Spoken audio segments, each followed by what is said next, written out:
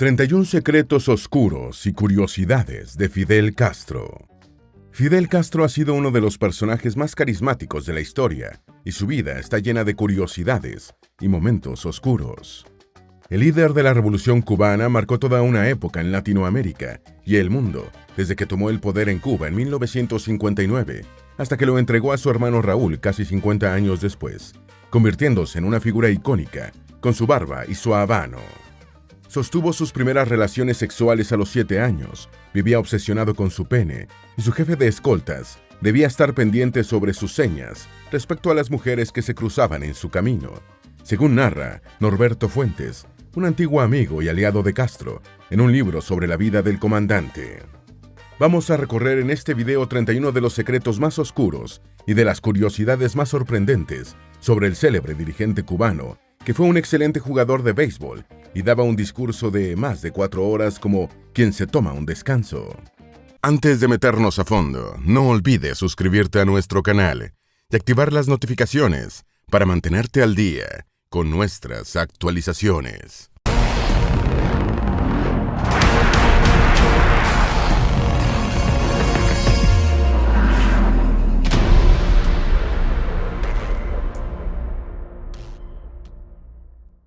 Número 1. Lo que más temía su madre era que lo castraran en prisión.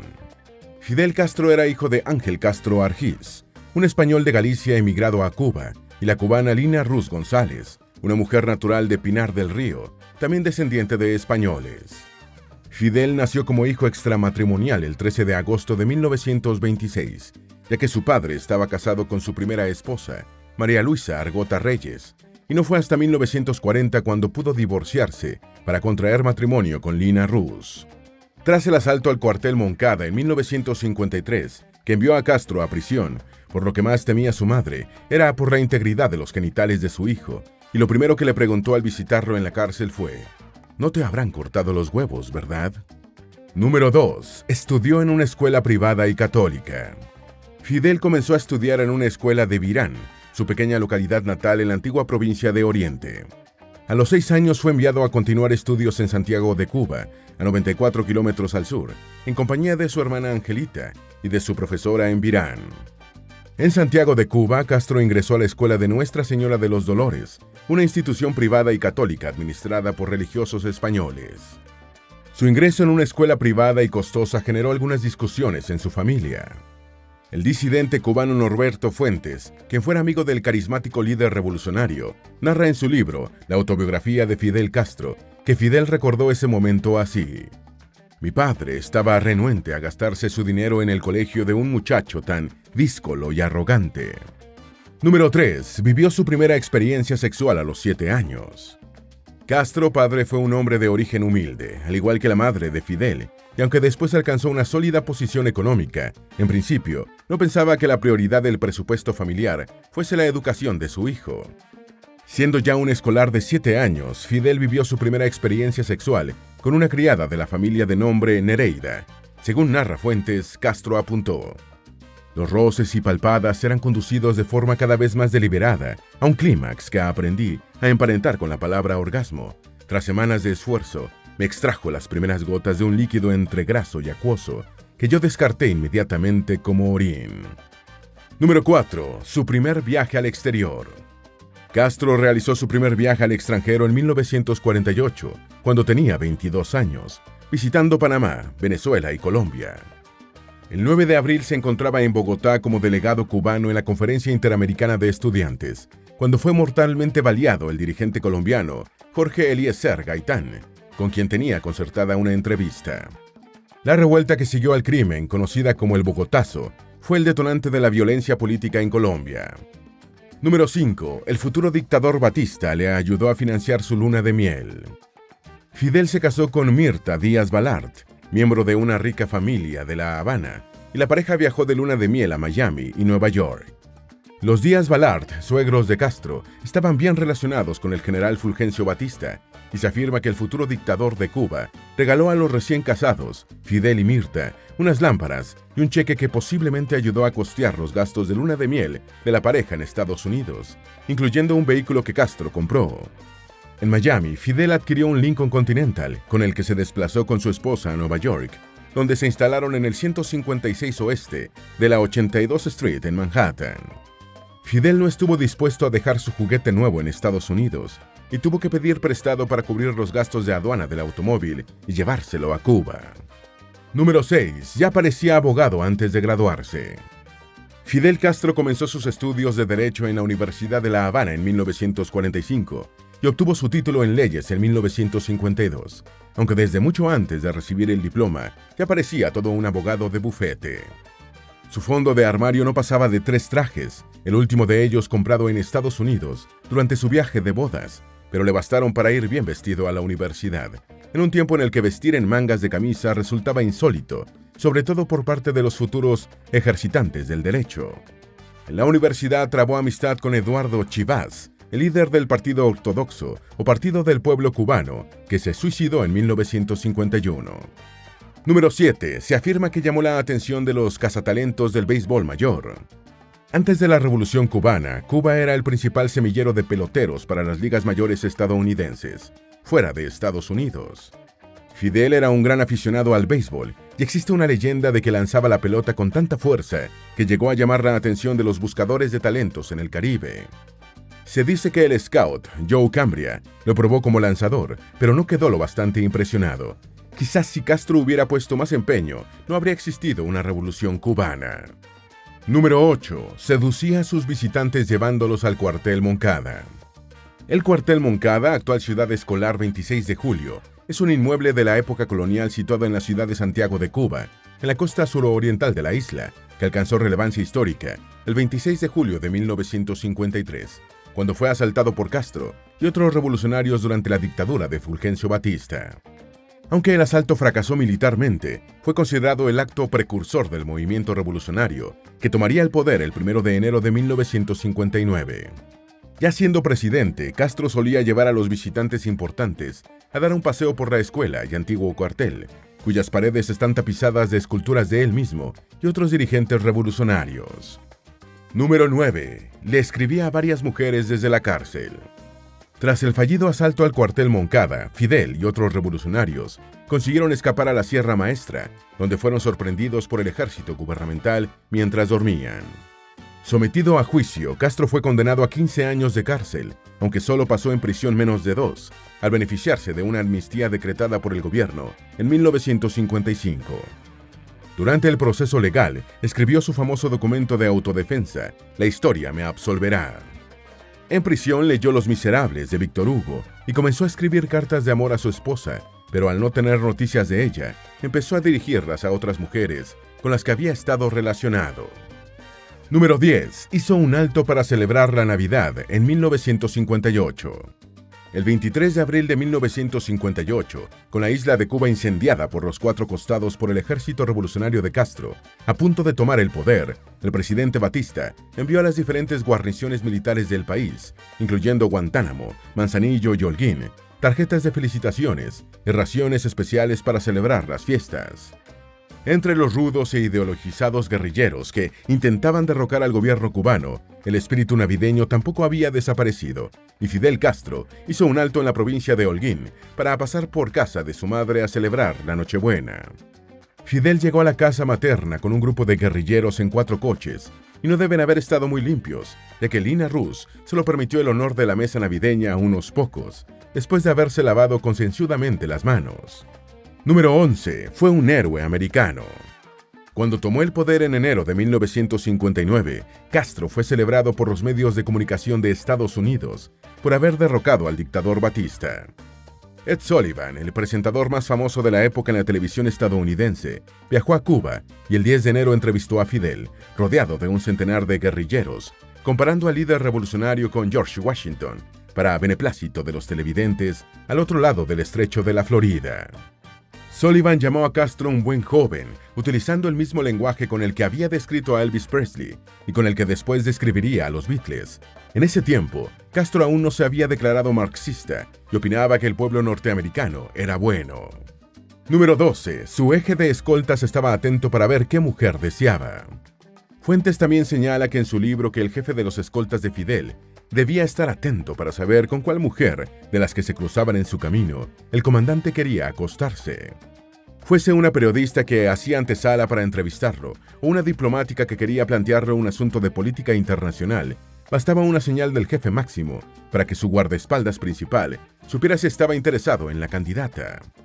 Una vez seleccionada la presa, se hacía un trabajo de investigación sobre la elegida en materia de seguridad, antes de propiciar el primer encuentro, a menudo en una de las casas de La Habana habilitadas para tal fin. Número 13. Había que ponerse cómodo cuando exhibía sus dotes de orador. Castro se hizo célebre por sus interminables discursos y entró al libro Guinness de récords tras hablar durante 4 horas y 29 minutos en la ONU el 29 de septiembre del año 1960. Fue el primer discurso pronunciado por el líder cubano en la Asamblea General de las Naciones Unidas, en su sede de Nueva York. La larga pieza oratoria fue seguida con atención en la isla a través de la radio y de los pocos aparatos de televisión que había en ese momento.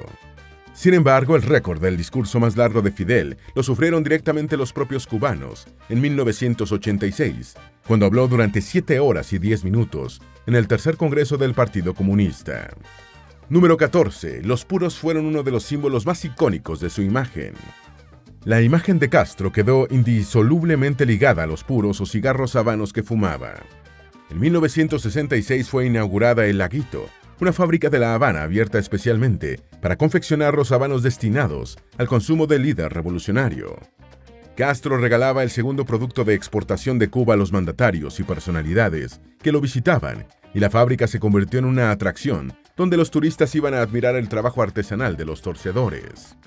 Los puros formaron un elemento básico en la gesticulación de Castro, y el dirigente les daba chupadas cuando prefería escuchar antes que hablar. Fue una táctica que copió de Stalin, quien solía tener una pipa en su boca, a menudo apagada. Número 15. Dejó de fumar a los 59 años.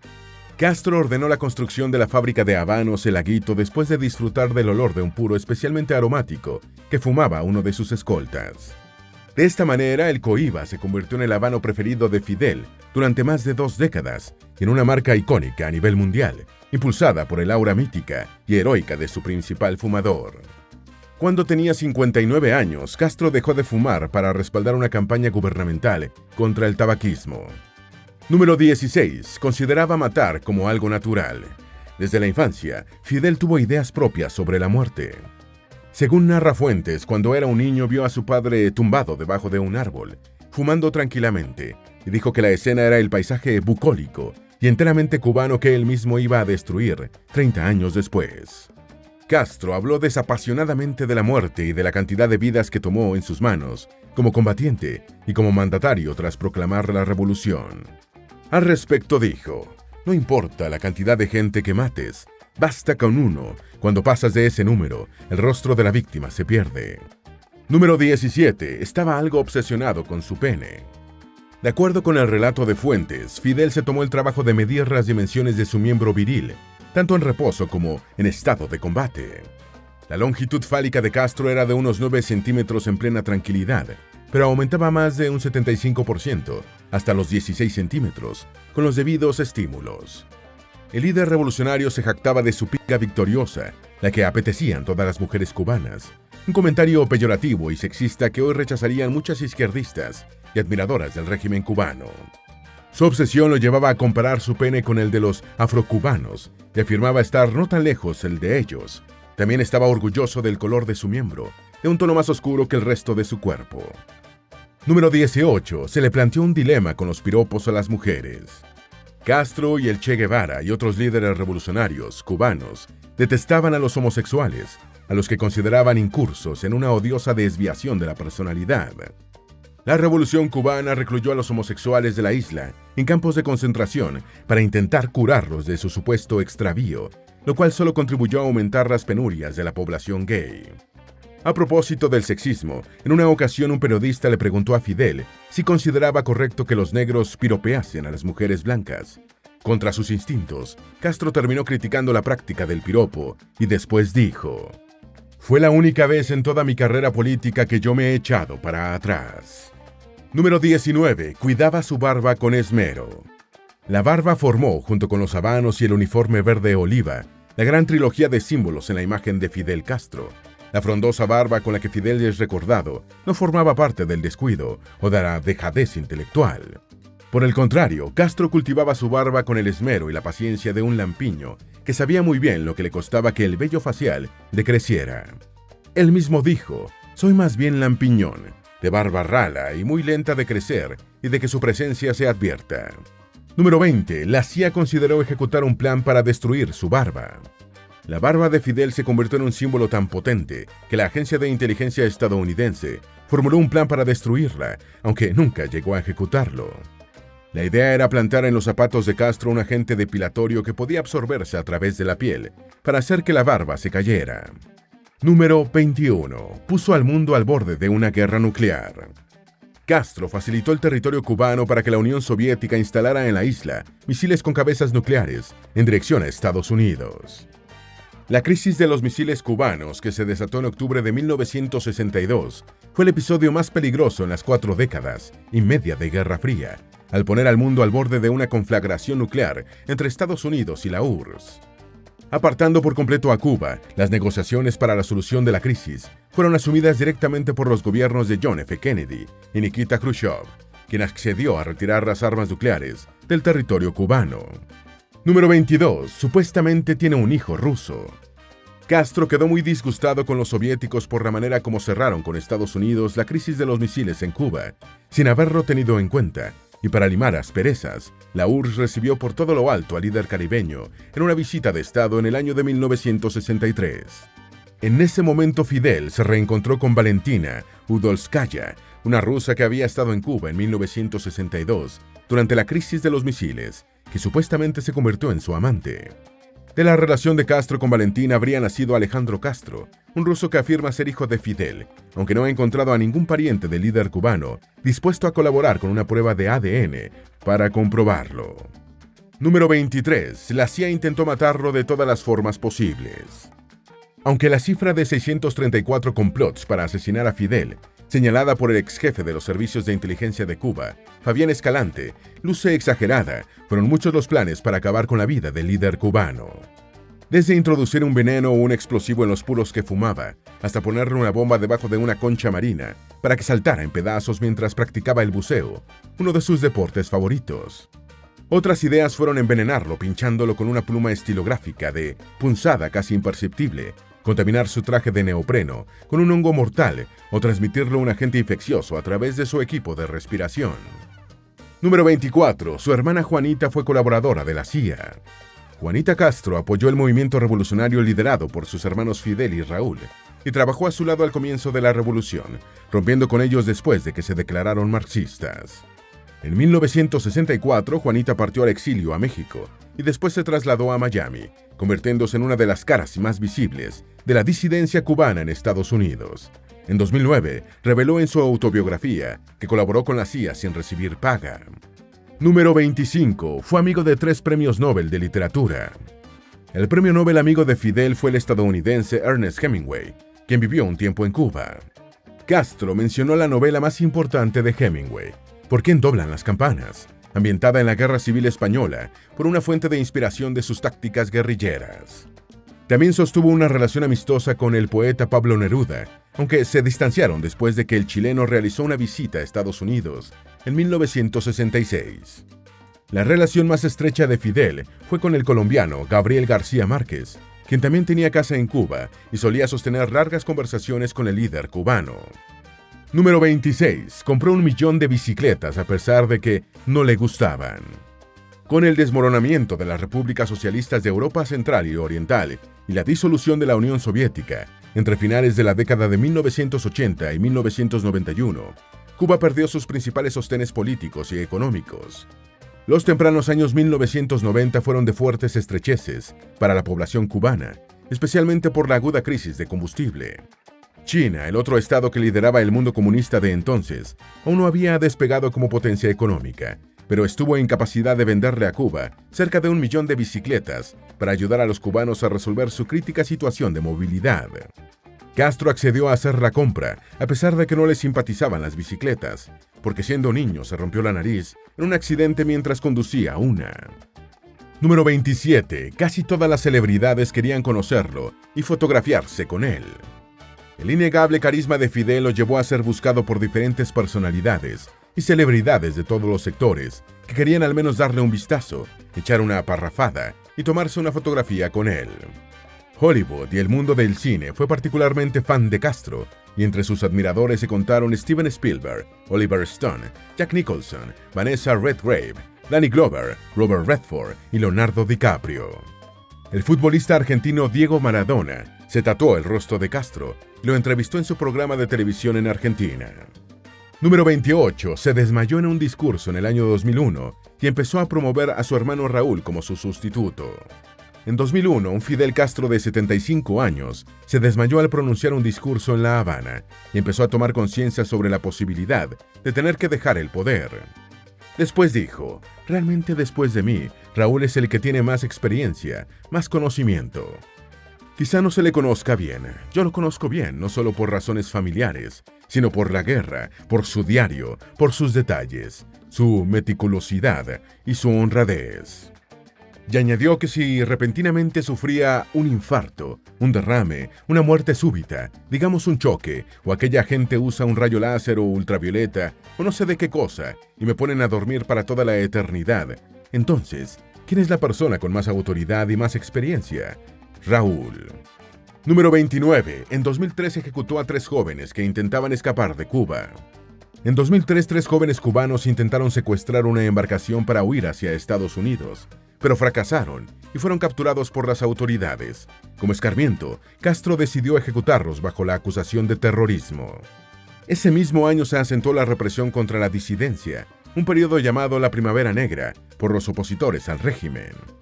Número 30. Gobernó Cuba durante casi medio siglo. El 31 de julio de 2006, el secretario de Castro, Carlos Balenciaga, anunció que el líder cubano dejaba provisionalmente el poder en manos de su hermano Raúl, después de someterse a una cirugía intestinal. Estaba a pocos días de convertirse en octogenario y había gobernado Cuba ininterrumpidamente durante 47 años. El 19 de febrero de 2008, anunció que no aspiraría a la reelección como presidente del Consejo de Estado y comandante en jefe de la revolución, siendo relevado por Raúl 5 días después.